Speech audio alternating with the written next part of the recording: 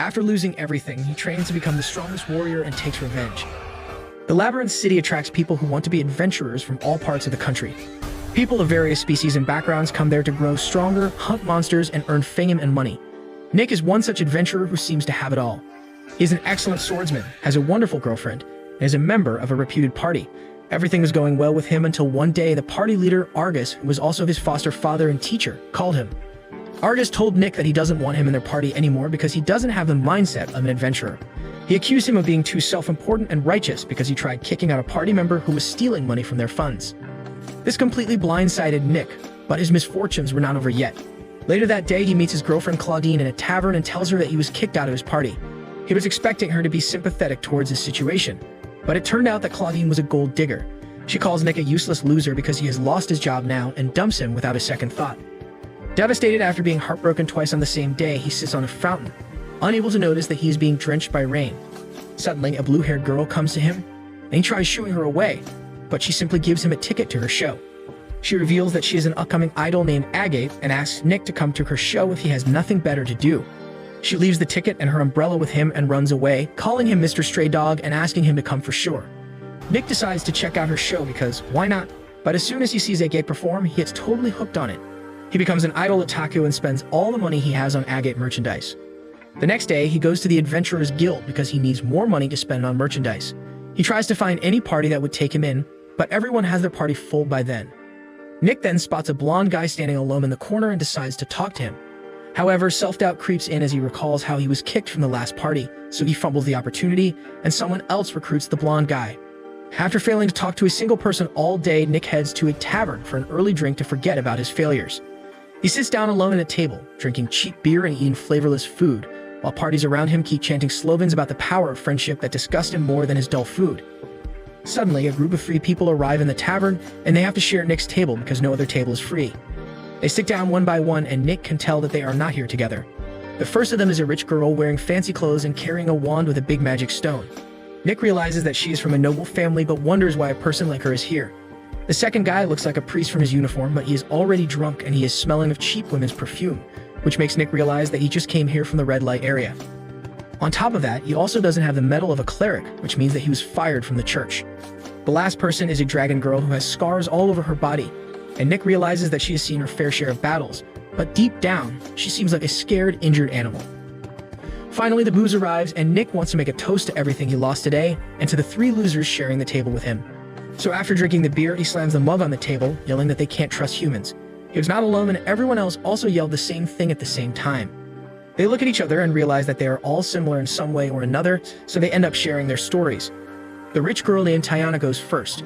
She speaks about how she was once the top student at the most prestigious magic school in this country.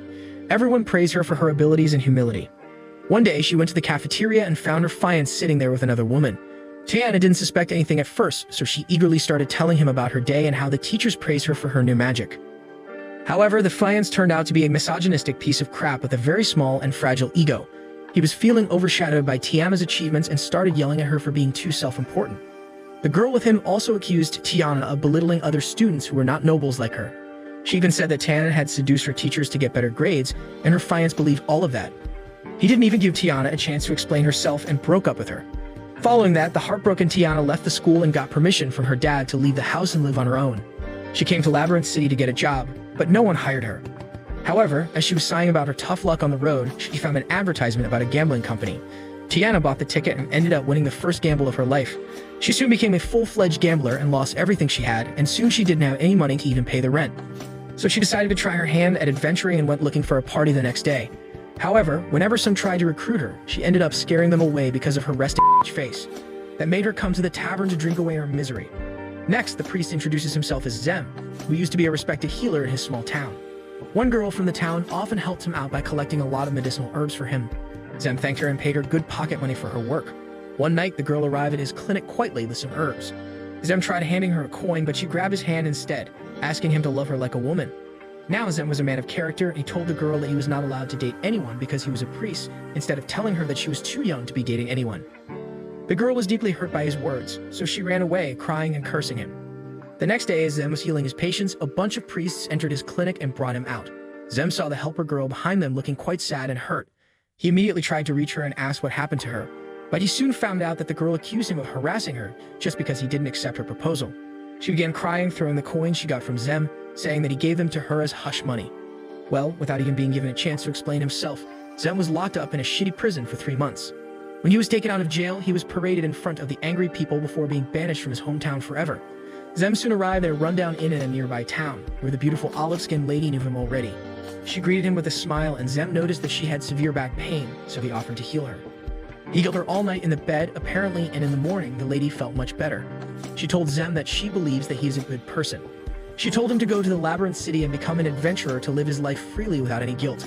Not only that, she gave him a bag with some cleric clothes, a staff, and a magic book. Zem said that he could not take it, but the woman urged him to keep them because they once belonged to a friend of hers back when she was an adventurer. After that, Zem took a liking to mature women, and he was in the city to have fun with them while working as an adventurer. The dragon girl is the last, and as Nick asks her to share her story too, she gets startled. She says that something precious was stolen from her by someone close to her, and everyone is embarrassed as they think she is talking about her virginity. Well, it turns out that the dragon girl, Curran, is too drunk to elaborate properly.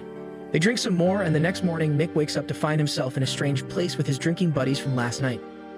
Tiana tells everyone that this is her room and tells them to get out. Everyone heads out, but then Nick suddenly asks them to stop. He asks them if they think that getting separated here is the right choice for them.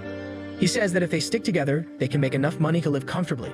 He emphasizes that they are all outcasts who have no place anywhere, so they should just create a party amongst themselves. They all immediately hook on to the plan and go to the Adventurers Guild to register themselves. The old receptionist looks at them and notices that Nick is the primary offensive player of a well-known party, and Curran is the only person in history who was able to come back from the sea-level dungeon alive by herself. She asks them what their name will be, and Nick replies that they will be known as the Survivors. That night, they all sit down while Nick tells them that they have all been betrayed before, so he would like to set some rules to ensure it doesn't happen again. The first rule is that no one interferes with others' lives and should mind their own business. Secondly, they will equally keep an eye on the money, making sure that it's not entrusted to just one person. Third and most important of all, no matter what, they will survive each and every day. The next morning, they begin by starting to explore the G-level dungeons, which are very easy, but they have to finish the boss to get promoted to the next level. Because Zem and Tiana have never been in an actual battle, Nick teaches them the ropes of how to deal with monsters. He shows them a slime monster and tells them how to kill it and take out its core, which they can sell in the market. Everything seems to be going fine as they keep chatting and laughing alongside each other when they finally reach the next floor where everyone is taking out these cores. Tiana tells them that this is very easy and even she can fight stronger opponents as she has defeated goblins and even an orc. Just then, she ends up slipping on a slime while another one latches onto her face. She takes them out while Nick laughs, telling her to be more careful. Tiana, however, overreacts and out of irritation, tries to shoot the slime with her ice magic attack, but ends up engaging in a little friendly fire. Thankfully, Curran is an experienced adventurer and blocks her magic with her sword, but the vibe changes as Tiana tries to apologize. But Curran flies off the handle, telling her that she tried to trust her, but this is what she is doing the very first day. They stay at odds with each other for the rest of the time, and finally they are able to reach the top floor. While walking, Zem comments about the huge pink slime ahead, and Nick replies that it's the boss slime that they have to defeat. Without a second thought, Tiana, the giant idiot, ends up rushing towards the boss and using powerful ice magic on it. The icicle freezes the slime, but just when she thought she won, the slime explodes, drowning them with its goo. They all come out of the dungeon, achieving their objective, but now they have to wash the sticky substance off of them. While washing themselves, Nick tells Tiana that she needs to chill out and ask for advice when she knows nothing about something. He also tells Zem to stay at the end as he has zero offensive capabilities. He realizes that none of them trust each other even a bit, so he starts an exercise with them. He strips down to his pants and lays everything in front of them before explaining that he is a swordsman who's good at hand-to-hand combat and small weapons but can't use magic, can't heal anyone, and can't even use heavy weapons like Curran. He explains that people are scared if they don't know what the other person can do, but now they know his exact limits, which will hopefully result in them trusting him more. Slowly, the priest ends up explaining his powers and weaknesses, telling them that he is good at healing people, but has absolutely zero offensive capabilities and can be easily defeated by any kind of magical or physical ability. Tiana goes next, and in order to show how apologetic she is, she ends up going in front of Curran and telling her that she is good at ice and wind magic, but can also do lightning and earth magic, while her biggest weakness is fire magic and close-quarter combat. She then goes back and sits on her log, shivering after feeling rejected by Curran, but she ends up throwing a fireball near her to start a small fire that can keep her warm. They make up eventually and end up going to the Goblin Forest, where they're attacked by a bunch of goblins. Nick explains that these goblins are not very strong, but they attack in groups and can lay traps if the adventurers are not careful. One of the goblins tries to hit Zem, who is able to block the attack before Nick kills the goblin with a swift slash. He then goes ahead and chops off a bunch of goblins into tiny little pieces before Zem is again saved by Tiana from an attack. They defeat the first wave successfully, while Nick asks Tiana to find where the other goblins are hiding, as she has an ability to detect magic. She tells them that there are around 10 more goblins ahead before getting a bit flustered as she tells them that she has felt the presence of a goblin, which seems different as it has 5 times the magic of any regular goblin. Nick immediately becomes alert and tells them that it must be an evolved form of goblin, known as a hobgoblin. He tells them that hobgoblins can be extremely powerful and are usually found in later stages. Zem asks whether they should retreat, but Nick replies that they can't retreat as otherwise the goblins will start attacking the nearby villages. He devises a plan telling them that the hobgoblins are basically immune to magic, so their best bet is heavy physical attacks, which only Curran can deliver. He tells Zem that he and Curran are going to go on the offensive, while his job is to keep buffing them and Tiana will provide cover fire. They all agree with the plan and the battle starts. Both Kerman and Nick start running towards the goblins, while Tiana uses her ice shard ability to kill a bunch of them, and Zem keeps buffing them. The hobgoblin calls forth some more hidden goblins, while Nick makes quick work of the ones in front of him. Kerman trusts Tiana and keeps running ahead, while Tiana uses her ice shards to kill the goblins in front of her. Curran makes a beeline for the hobgoblin and delivers a massive fiery sword slash, killing it immediately, while Nick finishes off the rest. They congratulate each other, and then Nick explains that they need to extract the horns of the goblins, as they are to be sold in the market. Curran eventually ends up warming up to them and finally revealing her backstory. She tells them that dragon people are always supposed to be working alongside a hero, whom they support with their lives. A man named Kalios was that person for her whom she met recently. He was always very kind to her, and in return she was always ready to risk her life for him. One day he told her that they needed to go inside a C-rank dungeon to take care of things, and obviously she agreed quickly. Before going inside the dungeons, however, she ends up putting all her important stuff, including an heirloom pendant that her father gave her, inside a bag for safekeeping, but Kalios comes at the last moment and tells her that they can't really carry that much load, so she should just leave the bag behind. She obviously trusted him and ends up going alongside his 2 cronies deep inside the dungeon. She kills a bunch of insect monsters while the others simply reap the reward. Later on, Kalios tells her that they have to fight the final boss now, which is a giant snake inside a pot. He explains that if the snake sees them, it will hide inside the pot, where they can't hit it with magic attacks, so Curran needs to attack the pot itself so that it comes out to attack her, and then they will end it. Curran agrees and immediately rushes towards the pot, moving it, which makes the snake monster emerge from the pot and it starts attacking her. One of the mages uses a fire attack on the snake, after which the snake starts charging up for a magic attack of its own. Curran asks Kalios what's happening, but he tells her to keep attacking it and not worry about it. She believes him yet again and keeps the snake engaged while waiting for Kalios to help her. At the end, the snake ends up capturing her and using its toxic breath on her, wounding her as she falls to the ground, barely conscious. She notices Kalios walking up to an exhausted snake as he kills it with his sword and tells Curran that the snake gets extremely exhausted after using that deadly poison attack and that they only needed her to do that. They laugh at her, leaving her to die as they walk outside of the dungeon with all the rewards. She somehow managed to escape the dungeon and crawled her way back to the tavern where they were staying before falling down in front of the main door. Everyone around the area surrounded her and started asking her questions as Kalios had told them that Curran died in the dungeon. She asked them where he was, but the tavern owner replied that he left the city a while ago. Curran immediately rushes up to her room where her worst fears come true as she finds her bag, which contained the heirloom pendant, which was the Dragon King's jewel, to be missing. She walks out completely devastated, looking for any sign of Kalios but isn't able to find any. One day, she spotted a very famous solo adventurer and gourmet named Fifs. Curran started following him around, went to every restaurant he went to, and started filling the void in her heart created by Kalios with good food as she learned from Fifs. After a while, however, her money ran out and she made it her primary goal in life to earn money and eat more delicious food, and that's when she met our party. The next day, Nick spends some time with Curran in the market, eating snacks with her and talking to her about life in general, which makes their trust even stronger. That evening, they go back to the tavern, where a lot more people seem to be recognizing them. The assistant receptionist calls them upstairs, where the old receptionist is waiting for them with a special job only they can do. She explains that there is a special facility, created by an ancient civilization, that created a sword by using a technology that is lost today. Their job is to recover that sword, for which they would be paid very handsomely. Nick takes all of the details, and the next day they enter the facility, killing the monsters and moving forward. The facility seems to be very technologically advanced for the time, as it has cameras, automatic lights, and everything. They reach an area where a green lamp is lit, but when Nick tries to check it out, the wall gives way and opens up to a giant dark room. They all venture inside the room, where the lights turn on and a voice starts talking to them, congratulating them for their journey till now. They realize that the voices are coming from a broken sword in the middle of the room, but soon realize that this is supposed to be the legendary sword that they were sent to retrieve. They think about it for a while before grabbing the sword, as the sword resists, asking them not to sell it, as it has already been locked inside here long enough, and wanting to see some action. Suddenly, a huge explosion occurs, and the sword tells them to get ready as his guardian. The golem has woken up because of this. Through the dust, a giant blob-like creature emerges and starts walking towards them with a mighty growl. Quick to the trigger, Tiana immediately launches a bunch of icicles on the monster, but is able to absorb them, while Curran runs up to the monster to slash it to pieces. The sword shouts at her to back off, but Curran doesn't listen, while the monster ends up shooting the icicles back at her. One of the icicles hits her in the stomach, while the other one hits her on the head, knocking her down. Zem immediately starts healing her, and Nick decides to go in for an attack, realizing that the conditions could become really bad really soon.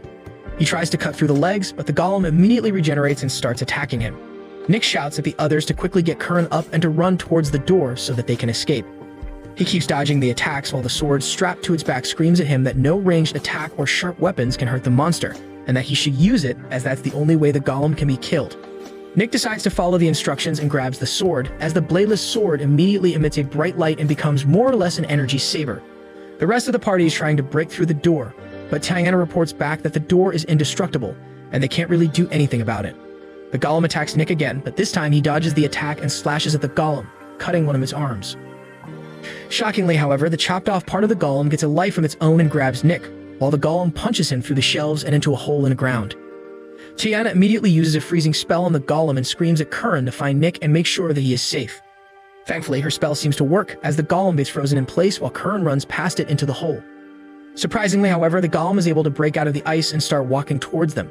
Zem immediately buffs Tiana, while she uses the freeze spell again, trying to buy time for both Curran and Nick to escape.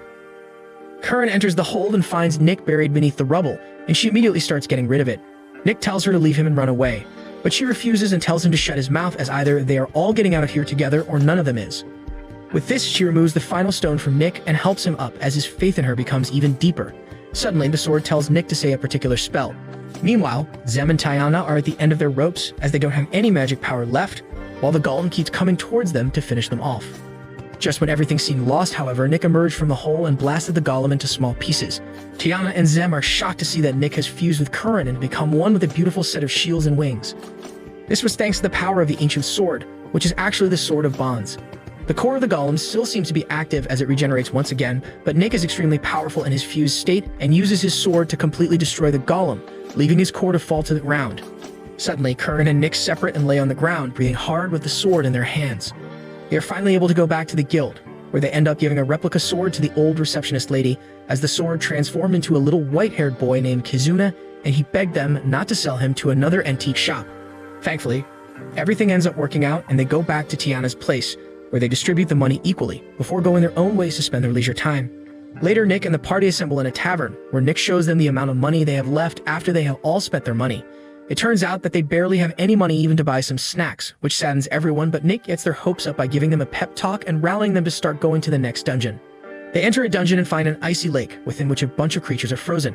They also spot a giant ogre sitting on the ice, and they all creep up to a high ground, keeping their voices low and preparing for an ambush. Curran ends up going even closer to the monster, treating this as some sort of game, which excites Kizuna, who wants to prove himself, so he simply runs up to the ogre, shouting at it, which kind of destroys the ambush. He takes out his sword as the monster raises its icy club, hitting Kizuna, but thankfully he is able to block the hit with the help of his sword.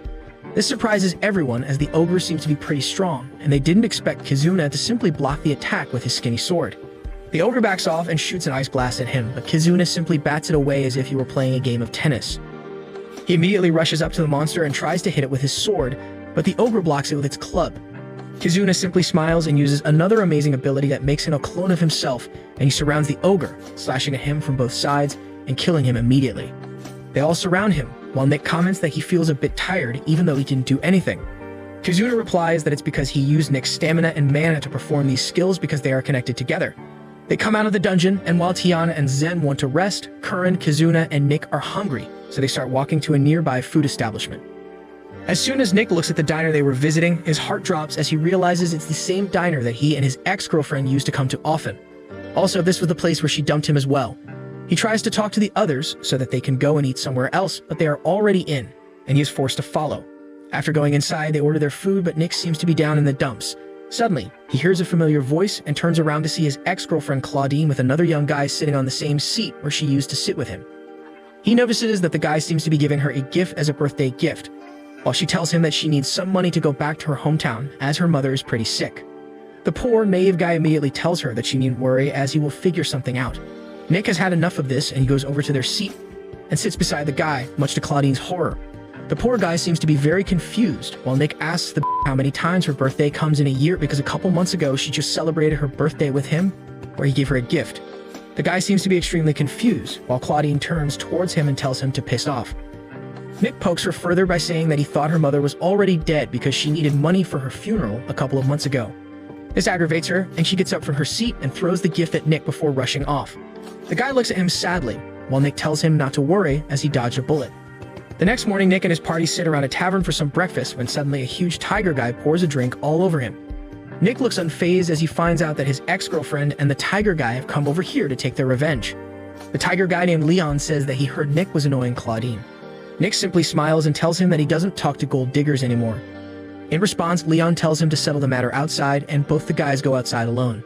They enter a dark alleyway where Nick gets ready to fight, but Leon immediately starts apologizing and tells him that he's pretty done with Claudine and is thinking of dropping her off as he has used her enough to earn money. It turns out that Claudine is a member of Leon's party, and she was working with him to rip people off. Leon thinks Nick is also ripping off the party he is working with currently and asks him to join their gang after he is done stealing all their money. This angers Nick, who simply delivers a massive uppercut, which sends Leon flying. The cat immediately gets up and, like a total coward, draws out his mashie before trying to attack Nick. Nick, however, simply dodges his attack before counter-attacking and pinning him to the ground in an arm lock. Suddenly, he is blown away by a magic attack on his back. He turns around to spot a magician who seems to be on Leon's team. Before they can attack Nick together, Kern arrives and uses her tail to hang the nerdy magician upside down, while Nick simply walks away. Leon tries to attack, but is forced to stop as he sees the old lady of the guild, who tells him to piss off immediately before she calls the guards. Leon, however, tells her that he's officially challenging Nick to a duel, to everyone's surprise. They all go inside, and Leon reveals that they are going to have a mathematical duel in which Nick and he will fight each other in the ring, while one person from each team will solve math problems. Whoever solves the questions faster and gets the right answers will give their teammate a free hit on the other person. This kind of duel is pretty new to everyone, apart from Nick. The old lady brings out a bag in which slips with the names of every member of each team are written, so that the people who will solve math problems can be chosen. From Leon's team, Claudine is chosen, whereas unfortunately from Nick's team, Kern is chosen, who doesn't even know basic mathematics as she never had to use it. Kern is blown out of her mind and is extremely nervous, unable to even say anything because she knows she can't do any math.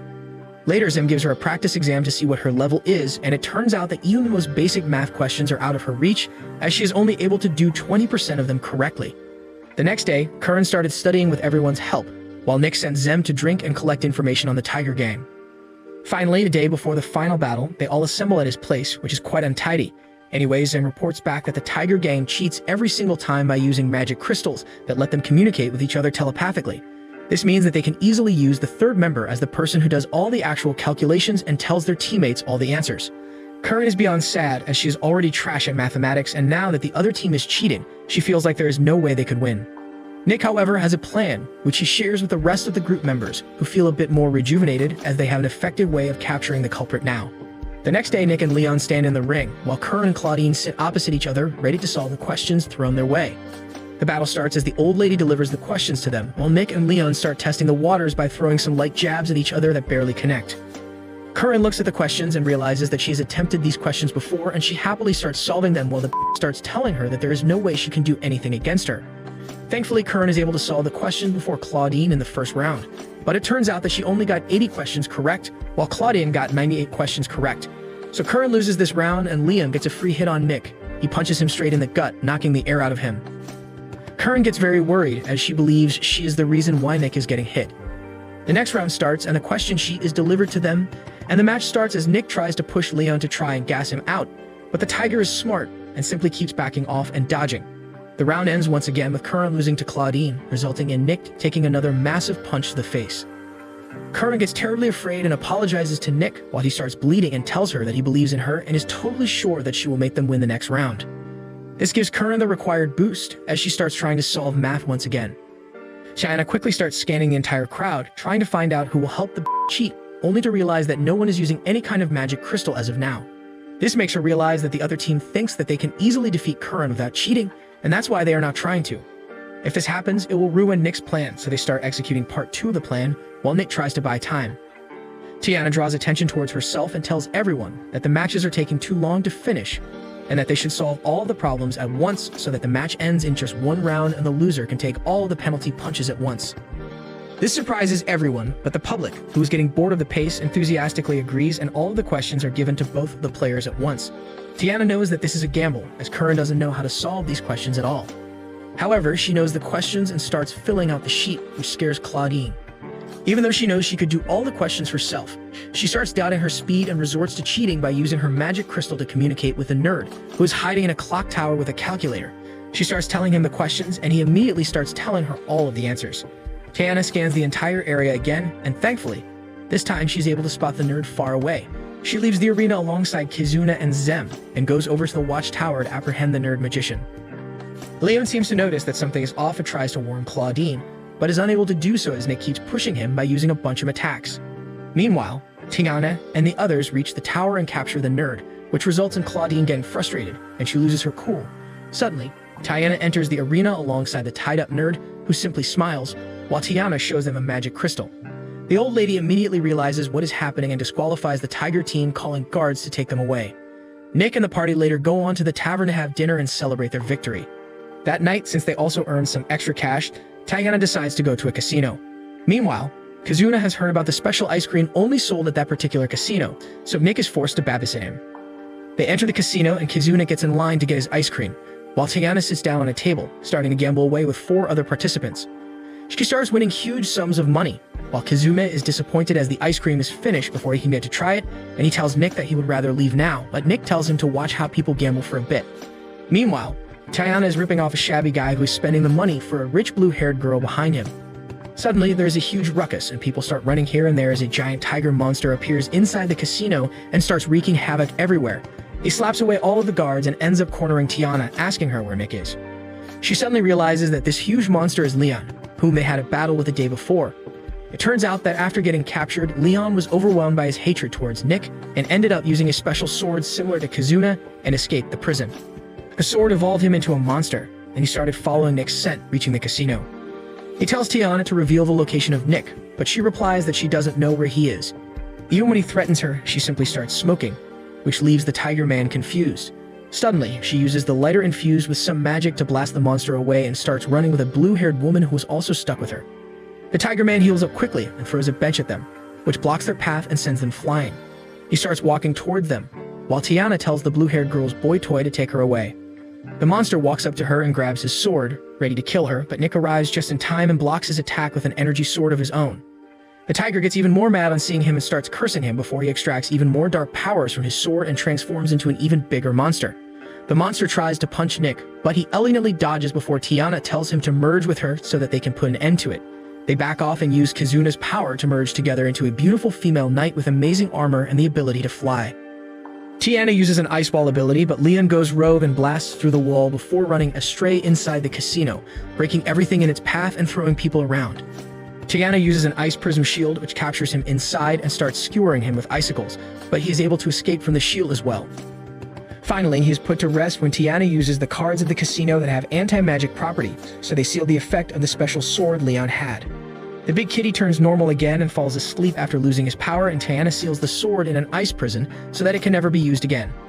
Liam is taken again to jail, where Nick visits him a couple of days later, and they both seem to make amends with each other and forget their enmity before Nick tells him to get out of jail soon so that they can go out for a drink.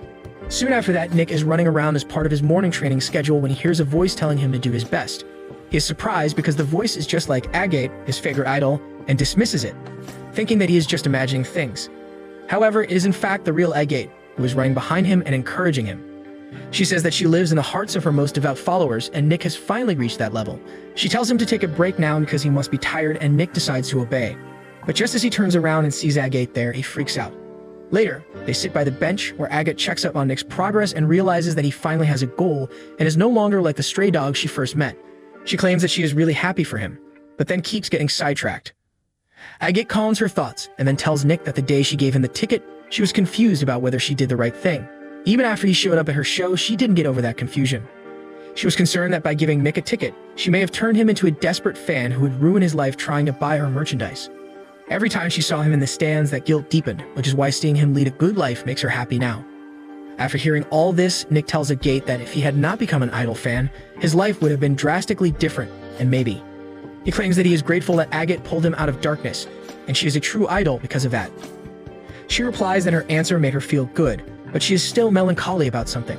Nick knows that something has been bothering his favorite idol because she has suddenly canceled all her shows and public appearances. There is a deep story about her current condition. Agate's actual name is Belle, and she was once a singer in her boyfriend's restaurant that no one came to.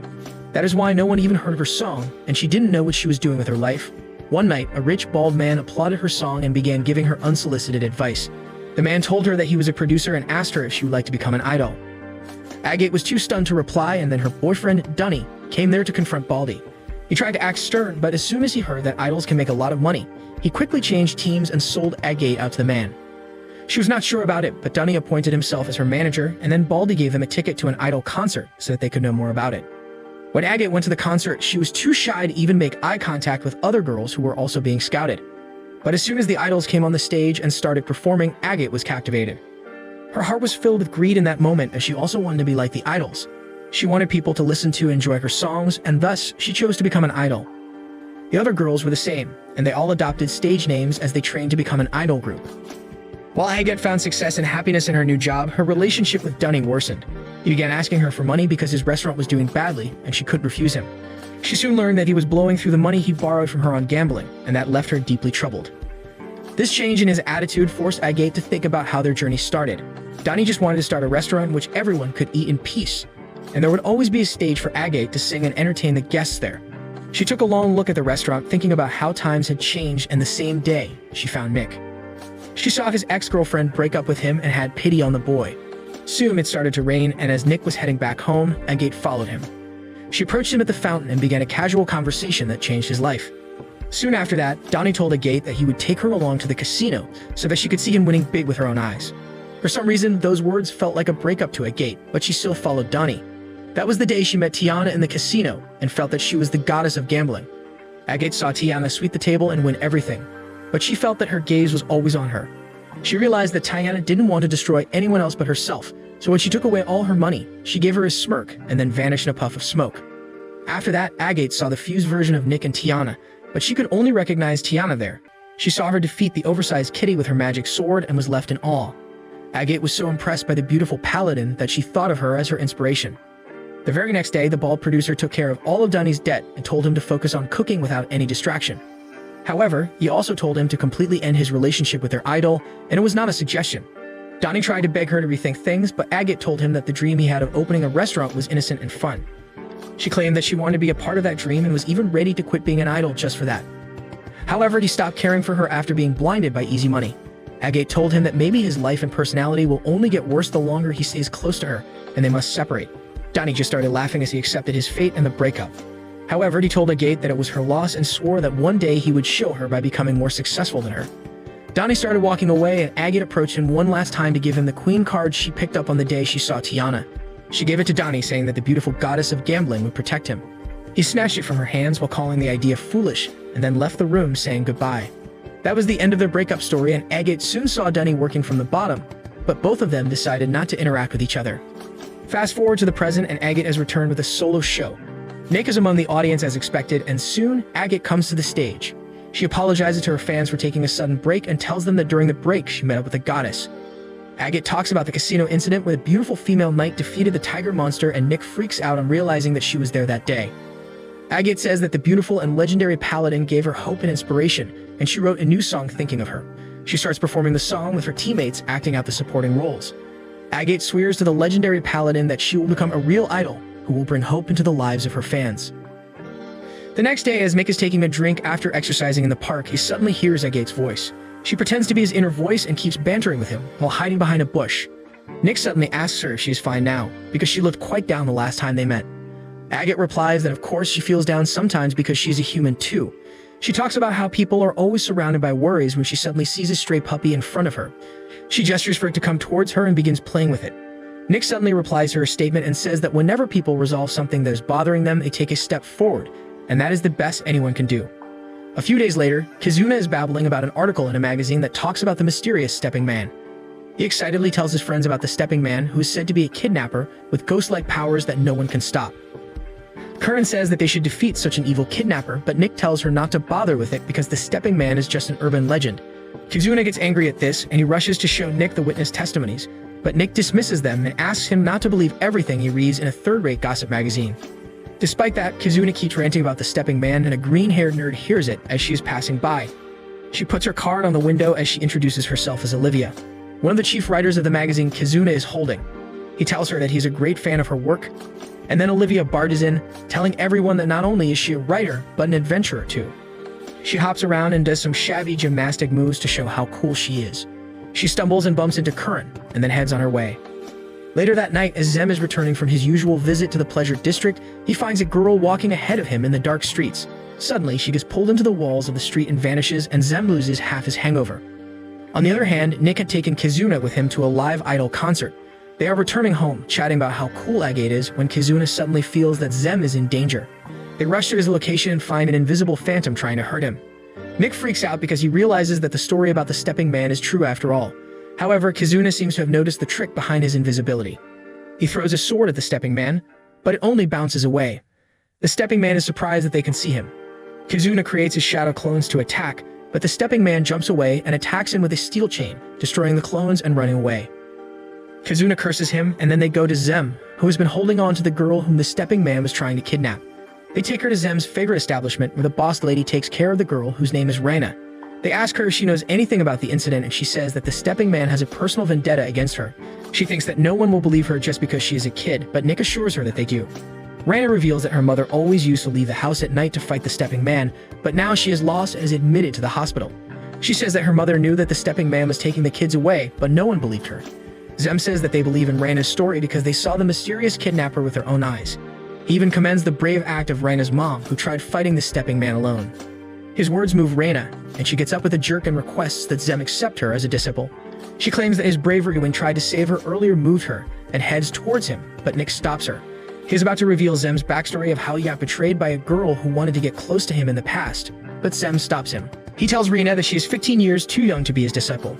Reina asks him how she should train till then, and Zem tells her to rest well here and return home the next morning for starters. He also tells her to never do anything dangerous again, and she gladly agrees. She's about to rush towards Zem again, but Nick and the boss lady stop her once again. Suddenly, Kizuna lets out a big disgruntled sigh because the stepping man he was so excited about turned out to be a cheap kidnapper. He is determined to uncover his identity and thoroughly destroy him for betraying his expectations. Following through with Kizuna's wishes, the entire team goes to a Wild West-style bounty hunter guild. They approach the receptionist and ask for information on the stepping man, and she is too busy painting her nails to pay them much attention.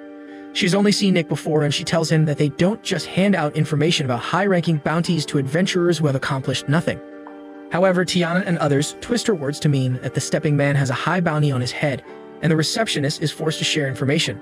She gives them the wanted poster of a man called Hale Hardy, who has a mid-level bounty on his head for their first task. She loudly says that team survivors should have no problem dealing with a guy like this, and her words draw everyone's attention. Everyone knows the name of the survivors, but some people are jealous, most notably a dark-skinned guy with a ponytail and eye patch. He says that bounty hunting is not the job of amateurs like them, but Tiana is not going to let anyone walk over them. She declares that they will find the Hale Hardy guy and bring him here, and Mr. Ponytail bets that they won't. He shouldn't have used the word bet because on hearing that, Tiana placed a big fat pouch of coins on the table as her wager. She asks Ponytail to match it, and he gets nervous. Tiana tells all the people in the guild to earn some money to bet on this chance, and the entire guild turns into a big gambling fest with people betting their rent money to their life savings on this little challenge. Soon Nick and the team reach the worst part of the slums where even the knights don't dare to go. The leader of the slums comes to greet them and asks the purpose of their visit. Nick tells him that they are here for a bounty hunt and offers some money to buy information. The old man refuses to tell him anything about his target, but Nick wants to know if anything weird is happening in this area lately. The slum leader babbles about the birth of some puppies and some irrelevant stuff, so the team decides to search for their target on their own. However, as they are leaving, the slum leader gives them one piece of advice. He asks them to steer clear of the person called Nalgava when he is working. He doesn't tell much about Nalgava, but insists that he is someone important. They move deeper into the slum, and the foul smell starts bothering Curran. Soon, they come face to face with some thugs trying to extort a toll from them, but Curran and Kizuna make quick work of them, while Nick grabs their leader and asks him about Hale. The thug tells him the location and then asks him to at least pay for the information. Everyone simply ignores him, but Zem becomes a bit touchy-feely with the guy, saying that he's going to die soon. He tries to diagnose him and asks what is wrong with his body, and after a bit of struggle, the thug says that he hasn't been able to sleep in a while. He throws a tantrum that strangers like them have no right to interfere in his life when they don't understand anything about it, but Curran tells him that they do. Zem then hands the thug a pouch of medicines that can calm him down and says that it is the payment for his information. To thank Zem for the medicine, the thug also warns him that Hale is a swift runner, and he will escape if he sees them coming. They soon enter the area where Hale is, and Zem feels bad about the people who have to live in this shitty hellhole. Kizuna spots Hale, who is having some action with his girlfriend. Nick breaks open the door, freaking Hale and his girlfriend out. As Nick declares that they are here to collect his bounty, the girl runs away and Hale tries to keep everyone distracted while trying to escape through the window.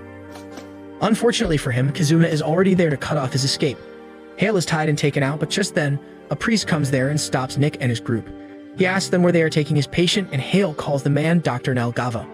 A stern-looking priest tries to warn the adventurers that no one has the right to mess with his patients, but Nick tells him that they are here to collect the bounty on Hale's head, who has done pretty much every crime except murder. Nalgava calls Hale a fool for wasting his life by indulging in sin, and says that he can only heal diseases and not guilt. He tells Nick that he won't stop him from taking Hale away. He adds that Hale has a serious illness called the Yellow Demon Disease, and he just wants to treat him one last time before he is taken away. Nick tells the old man that his patient may be executed and his treatment can go to waste, but Zem tells him that he is wrong. He talks about how priests should try to save anyone they can, and then Nalgava asks him if he is also a priest. Zem corrects him, saying that both of them are former priests. He then asks Nalgava the reason he is in such a place, because a priest who can treat yellow demon diseases must be very highly skilled. The man doesn't give him a clear answer. Suddenly, Kizuna asks the bald priest if he has heard about the stepping man who kidnaps people at night, and he replies that he hasn't. Hale laughs at this, saying that this place is full of kidnappers, so who cares about just one person? However, as Nalgava tells him to be cooperative, he tells them about a reporter who comes here a lot and gives candy to kids to talk to her. After that, Nick and his team take Hale to the Bounty Hunter Guild, and the receptionist is impressed that they found him in just one day. Tiana then goes to Mr. Ponytail and takes all the money that was gathered from the bets. He tries telling her that some of it belongs to the people who bet on her too, but she ignores him and takes it straight to the receptionist. Tiana tells the receptionist to buy as much liquor as she can with this money and treat the entire guild with that. Everyone rejoices and yells that Tiana knows how to party, and even Ponytail realizes that he lost on all fronts. The next day, the hungover receptionist gives them their reward for capturing Hale, along with information on the stepping man. There are a lot of vague and senseless details about him, like how he fixes people's gutters and tells people to stay up late to go to bed. There is no reliable information, and even the receptionist tells them to find real people to capture instead of imaginary ghosts. Nick tells her that they are actually looking for the kidnapper posing as the stepping man. The receptionist doesn't know about kidnappers, but she knows a person who gives candy to kids to talk to them, and she is right here in the guild. It turns out to be the same writer, Olivia, from earlier, who is talking with Rana right now. Nick and Zem laugh it off, but Kizuna is a bit curious. He remarks that he could not see the kidnapper's face, but they were light on their feet and used chains. Curran replies that earlier, when Olivia fell on her, she felt too heavy and she might have wrapped the chains around her. While Nick laughs it off, he quickly tells Curran and Kizuna to block the exits because he suspects Olivia now. He approaches her and asks what she does after giving candy to kids. Olivia acts confused, while Zem whisks the boss lady and Reyna away.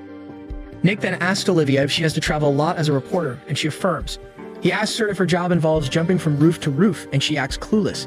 He then directly asks her where she was 2 nights ago, and Olivia acts like a fool while giving him some pretty stupid answers.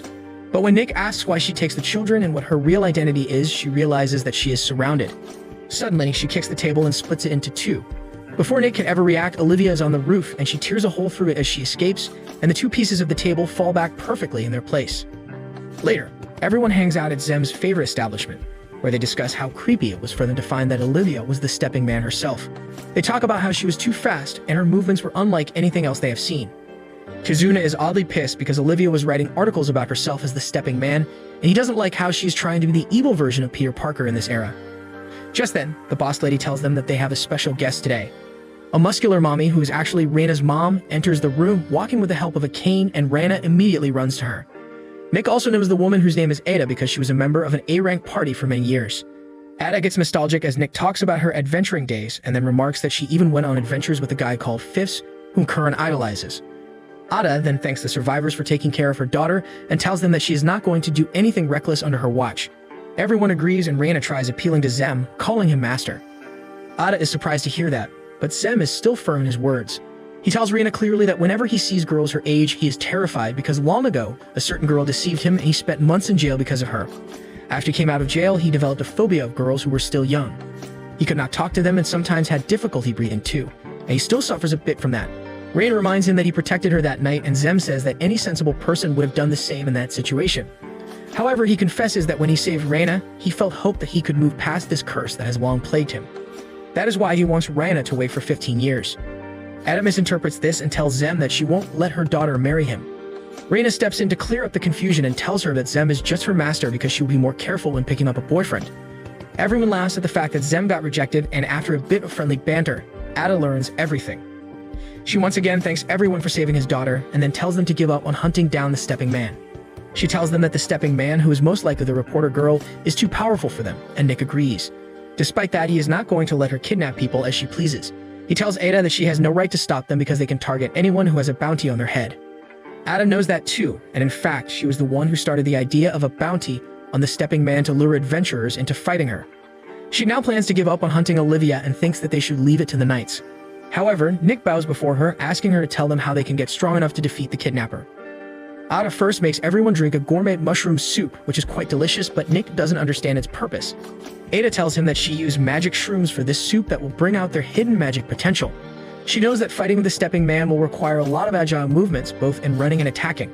That is why she believes that properly using their magic is the key to victory.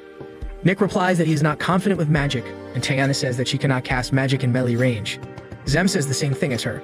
Curran says that she can try it, but she is not good at complex things that require brain power. Ada teases them, saying that the survivors are quite quick to give up.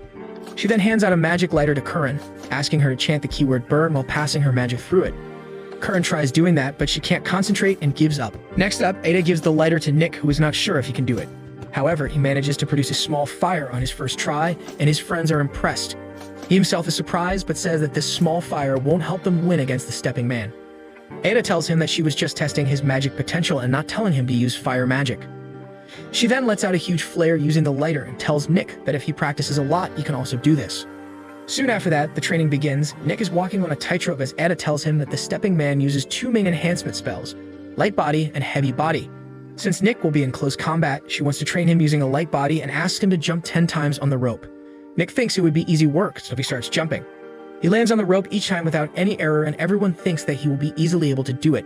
However, he fumbles on the 9th jump and hits the floor hard. Soon, one night, a girl is walking back to her home after buying some bread, when suddenly, the stepping man arrives there and swoops her away. Luckily, Kizuna arrives there and kicks the stepping man away, while Curran safely catches the girl. The rest of the team surrounds the stepping man and tells her that her game is over now. However, Nick still feels like confirming if Olivia is really behind the stepping man disguise, but he gets no response. Instead, the stepping man just runs away. Kizuna believes that since the stepping man uses attack magic, movement magic, and illusion magic at the same time, either he is very talented or he is using some sort of magic tool. Tiana tells them that they know someone who is an expert in magic tools, and the next day, Nick pays a visit to the jailed Leon. After treating him to some delicious meat buns, Nick asks Leon if he knows about a tool that can help one conceal their presence. The tiger gets serious on hearing this and replies that he must be talking about the Illusion King's jewel, which is usually incorporated in another magic tool to be used. Nick asks how he can counter it, and Leon tells him that to break the illusion, he just needs to take the name of its user. However, Nick took Olivia's name and the illusion didn't break, which means there is someone else behind the disguise. The next day, Nick is back at his training, and this time he successfully does a front flip on the tightrope. Ada keeps pushing him on, and this reminds Nick of how he has not trained so hard since the very beginning. He recalls how his father figure Argus taught him how to wield a blade, and more importantly, he told him that becoming a warrior is more than just using weapons. In the present, Nick can easily jump from one clothes line to the next, showing off his agility before landing on the ground. His friends also came there just then. Zem reports that he went around talking to the people whose homes were leaky and had damaged roofs. Nick understands that by doing this, they can figure out the regular routes the stepping man takes because he jumps from one roof to another. He takes a look at the route they have narrowed out, and it leads them back to the slums. They ask the slum leader if he has any new information for them, and he can't tell them anything apart from the deaths of 2 puppies. He adds that a dead girl from the slums was recently taken to the common burial grounds, but no one knows anything about her, and he doesn't even remember her face. As the party returns from the slums, a thick mist surrounds them, and Kizuna senses that an enemy is following them. He warns his friends using telepathy, and then suddenly Olivia jumps towards them from a nearby tree. She starts attacking Nick with some kung fu moves, but he uses the light body magic and jumps over her head to avoid her attacks.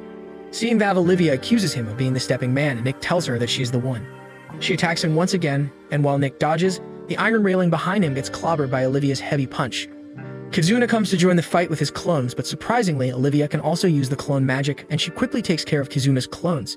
Everyone is shocked, but Nick thinks about Leon's words and confidently asks her if she is the real Olivia. On hearing this, Olivia starts acting like a fool again. She says that even though he accused her of being the stepping man, she is not going to hold it against him. Nick is perplexed now, and he suggests that they talk it out. Olivia then tells them that she is a stepping man, but not the stepping man who kidnaps people. She says that back in the day, the name stepping man was used for every weirdo who went jumping around on roofs, but now someone is taking advantage of that.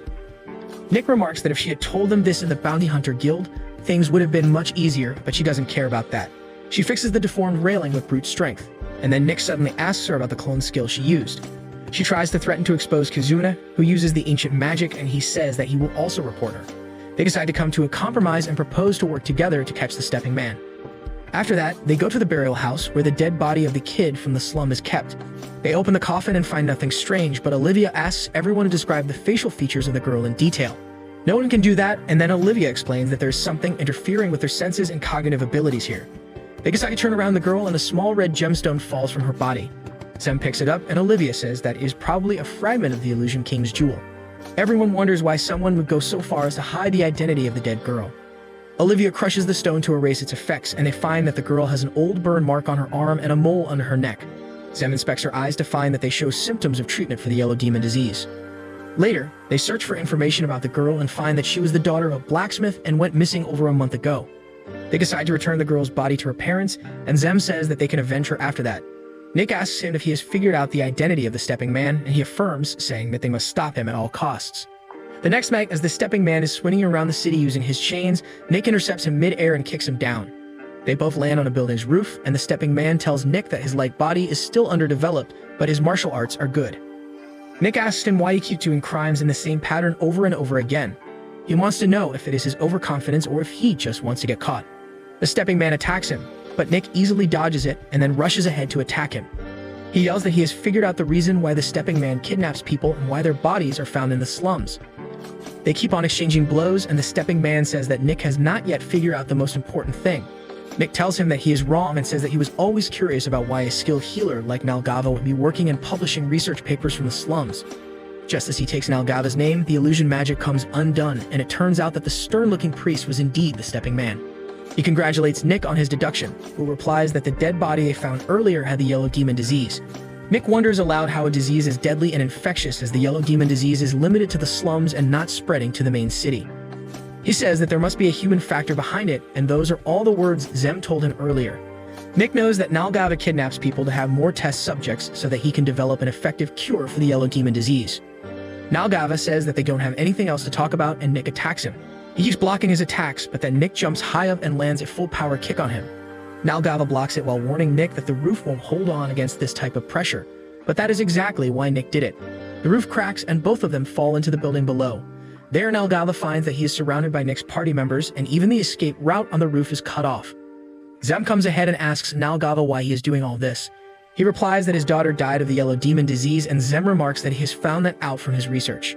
He talks about how most people think that the yellow demon disease is just an STD, but one day, Nalgava's daughter came into contact with the patient's blood while caring for them and lost her life soon. Nalgava relives his anger upon hearing this. He says that his daughter just wanted to help people, but they began spreading nasty rumors about her being a loose girl who got the disease by doing the deed with patience. They mocked her even after her death, and Nalgava was furious. That is why he decided to find a cure for the disease to avenge his daughter, and he doesn't care how many nameless people die in the process. Zem asks him how he can be so cruel and inspirational at the same time. Nalgava tells him that everyone has more than just one side to their personality, and neither side is false. Zem approaches the old priest and tells him about the girl they just found in the common burial ground. He says that when he gave her body to her parents and explained the cause of her death, everyone in her locality cried for her. Zem says that she was not a random nameless girl because even if Nalgava didn't care about her, there were people who did. Nalgava starts laughing and coughing, telling Zem that even if they stop him here, the problem won't magically end. He agrees, saying that despite that, it can only take one step at a time. The old priest gets up, and suddenly, Kizuna feels someone coming and warns everyone. Suddenly, a magic beam pierces the door and hits Nalgava right in the stomach. The door is kicked down, and a man in demonic armor comes there, telling Nalgava that his time's over now. He walks inside, and Nalgava asks the man why he is here. The armored man replies that he would have preferred to help him, but he has already said too much, so he is here to silence him for good. Zem tries to heal Nalgava, but the armored man hits him away, asking him to save his magic because he is going to kill his team next. Kermit and Tiana attack him with their fire and ice attacks, but he quickly dodges both of them and then smacks them away too. Taking advantage of this, Zem heals Nalgava, who tells him that he is wasting his time. He tells Zem that he is doing the wrong thing by focusing on something else when his teammates are in trouble. Nalgava says that his kindness isn't kindness but self-centeredness, and that is going to get everyone here killed. Zem is in shock from hearing this, and then Nick requests to merge with him because the others are down. He is unable to make up his mind, and in that time, Nick also gets hit down by the armored guy. Zem panics, realizing that because of his indecisiveness, they have lost another chance. He doesn't understand what to do, but then he hears a telepathic message from Olivia, who tells him that she is going to buy him some time in which he should make up his mind. Then suddenly, Olivia appears from the roof and kicks away the armored guy. She walks towards him, calling him a thief of magic tools, a performer of weird rituals, and a provider of weapons to the worshippers of the demon god. She knows the guy by his codename White Mask, but he doesn't know who the hell she is. Olivia goes into full detail to describe herself, and White Mask says that her excessive knowledge is going to get her killed. He charges towards her, but she stops his sword with her bare hands before picking up speed and attacking him from behind. Before White Mask even has time to react, Olivia launches a barrage of attacks on him and cracks his mask, but it keeps on regenerating while they talk. She has realized that the mask is an ancient civilization relic, and her attacks are not going to get through it. In the meantime, Nick and Zem finally perform a union spell and fuse with each other. White Mask is shocked to see ancient magic being used here, and he wonders if they are using the sacred blade that was not used in the last war. The Zemnik Union knows that White Mask is also using something similar to them, and he decides to show it to them. He uses his special power and traps the fleeing Olivia in a red sphere. He brings her to the ground, and Olivia can't even get up.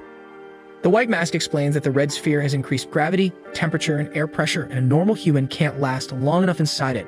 She can only curse the White Mask in response, and Zem wants to help her, but Kizuna forbids him from doing so because he would also get caught in the red sphere. Suddenly, the White Mask attacks them, and Zem somehow blocks the heavy blow. He then uses his superior mobility to speed blitz White Mask, who finds it hard to keep defending against the quick blows.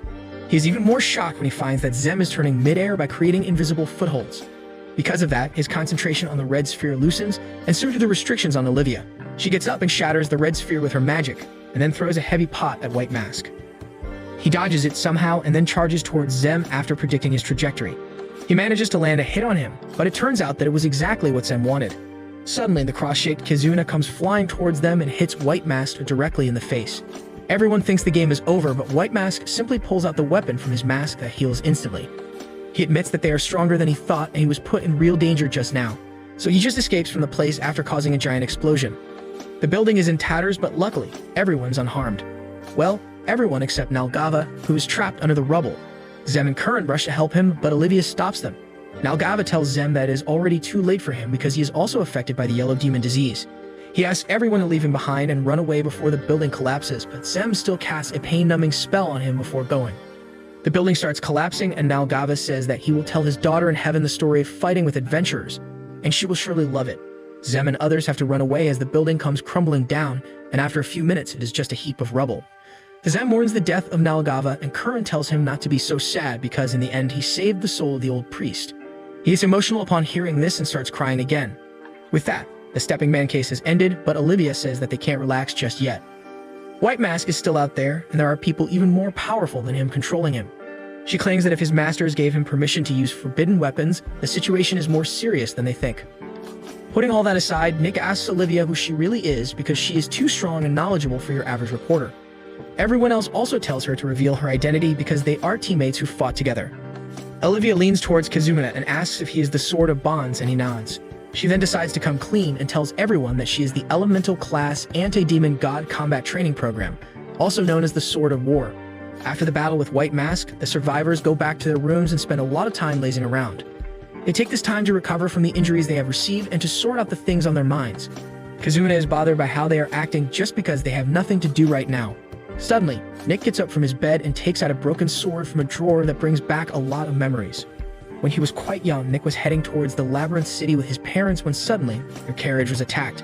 The little Nick could not process anything at that time, but his mom quickly opened a secret compartment where they had hidden all their money and put Nick inside it instead. She told him that both mom and dad love him very much and then closed the door on him. Nick could still not understand anything as he heard the sound of swords clashing and flesh being torn outside. Soon, one of the bandits who attacked them entered the carriage and began inspecting the loot. He noticed the secret compartment under the barrel and tried opening it, but Nick had escaped by that time. Nick bumped into Argus, who drew out a dagger upon seeing him. However, he used it to kill the bandit who was approaching them. Argus then hugged Nick and apologized, saying that he was too late to arrive and could not save his friends from the bandits. After that, Argus adopted Nick and trained him to be an adventurer. He led him to the area with Slime on his first mission as well, and he kept telling him how adventurers should trust each other but not let their guards down. Nick was still clumsy back then, and Argus laughed as he slipped on Slime. Soon, Argus gifted him a short sword after he became a proper adventurer, but that sword was shattered in a fight against a monster. Nick holds the same broken sword that contains so many memories in the present. He thinks about the time Argus kicked him from the party and wonders if, had he done anything differently, he could have stayed there. He falls asleep thinking about the past and wakes up when it starts raining later. Nick gets up and sits on his bed and then hears a familiar voice. He goes to the window and is shocked to find Agate on the road, humming to herself. She is worried because it doesn't look like the rain is going to stop soon, and then suddenly, Nick lowers the umbrella she gave him at their first meeting. She thanks him and then asks what his name is because she never bothered asking that before. Nick tells her that he's a stray dog who loves idols, and she simply smiles. They talk about how it was raining on the day they first met too, and Agate gently whispers that she was also saved because of that day. They keep on talking, and even though Nick's hand is getting tired holding on to the umbrella, Agate tells him to keep holding till the rain ends, but it only intensifies. Meanwhile, Zem is in the slums running Nalgava's clinic after his death and interacting with his patients. He feels that the people of the slum really respected Nalgava, which means he was a good doctor despite his evil side. Zem feels that he is trying to take Nalgava's place to mourn him. In another part of the city, Tiana wakes up from her sleep. She looks at the moon thinking about how life seems to be too boring lately. She's feeling detached from her routine life, but still goes to gamble on water horse racing just to keep things the same. Even though no one is out there to hurt or betray her, and even though she's winning at gambling, she is still bored with her life. The next day, the group is assembled at their usual place, and Curran is the last one to arrive. She nervously asks everyone if they are doing fine, and they tell her they are. Kazuna notices that Zem's shoes and robe are dirty, so he asks him if he is still working in the slums. Zem affirms but reminds Kazuna that they are not supposed to interfere in each other's private lives. At night, while Zem is sitting in his clinic, Kazuna comes there. He promises that he is not here to interfere, but just to act as his bodyguard, because slums can be dangerous. The next day, they meet again, and Curran asks everyone if they have eaten. They say that they have eaten something for breakfast, and she says that she should head out to eat alone then. As she walks alone, Curran thinks about Kalios and his betrayal. She admits that despite the betrayal, her days adventuring with him and others were fun. Still, she cannot forgive him for stealing the Dragon King's jewel. As she is thinking that, she comes across a newbie who is being scammed by the same pendant dealer who tried tricking her in the past. She teaches the scammer a lesson and sends the girl on her way when suddenly her friends arrive there. She is confused to see them, and they reveal that they are here to look at the preparation of the Summer Sleep Festival. Curran doesn't care about the details of the festival, but since there is going to be food there, she is eager to try it out. She begins to wonder if her hatred and desire for revenge will vanish if she keeps living happily with her friends, but she doesn't seem to care much about it either. Just then, Olivia comes running towards them, shouting about big breaking news. She tries to hype everyone up before the big reveal, and only Kazuna falls for her trick. Tiana reads the news from the magazine, which says that the legendary dark demon god is on the verge of reviving. Tiana and Nick tell her not to spread so much fake news, but Olivia confidently tells them that she is a trusted source for this news. That source is the good old "trust me, bro," and no one is satisfied with that.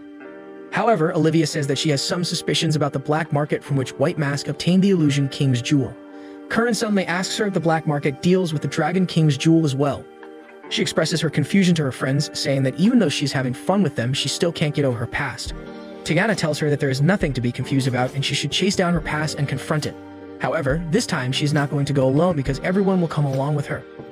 Zem and Nick also agree, and then Olivia says that they can also find any clues about White Mask when they are in the black market. She wants to find him and then his bosses and continue till they reach the ultimate villain of this world and defeat him.